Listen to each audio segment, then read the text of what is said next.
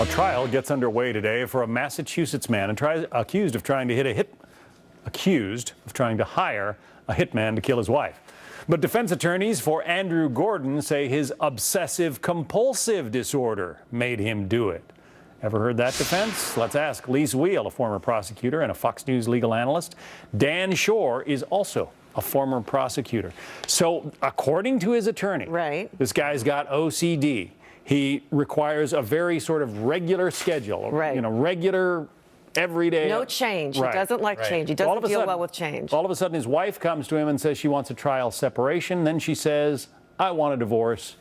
Ended up his kid wasn't able to see him. The attorney says it made him go a little bonkers. That set him over the top. That was the last straw, the proverbial last straw. And he has this compulsion then to get rid of the problem. That would be his wife. And that's why he goes out and hires the first hitman of several. Okay. But if I'm the defense lawyer, I'm looking at this. What else do I have? I mean, he hired one guy. That didn't go so well. He goes to prison. While in prison, he tries to hire another person to kill the state trooper that saw him. I mean, it gets very complicated.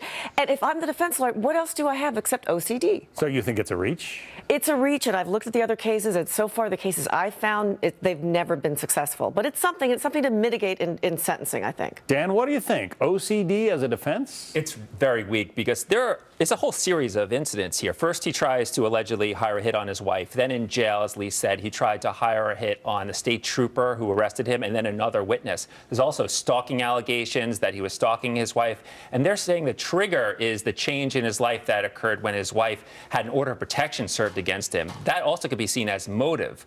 The legal merits of this OCD defense are the same as if he had actually had her killed. So if she was killed and she was dead, we wouldn't even be thinking that you could get away with it for OCD. I think the same legal analysis will happen with an attempt to hire a hitman. And it's interesting they didn't try for the insanity defense here, because they could have tried for that. So, at the time he was so rattled by this and, OCD kicked in, he didn't know right from wrong. But it doesn't look like they're going to go with the insanity defense. They would have had to give the prosecution notice of that. And the problem with insanity is you have to show that you don't really understand what you're doing or the consequences of it. Here, he's alleged to have written out notes showing how to find these witnesses so they could be killed. So it's hard to say, oh, I didn't realize what I was doing.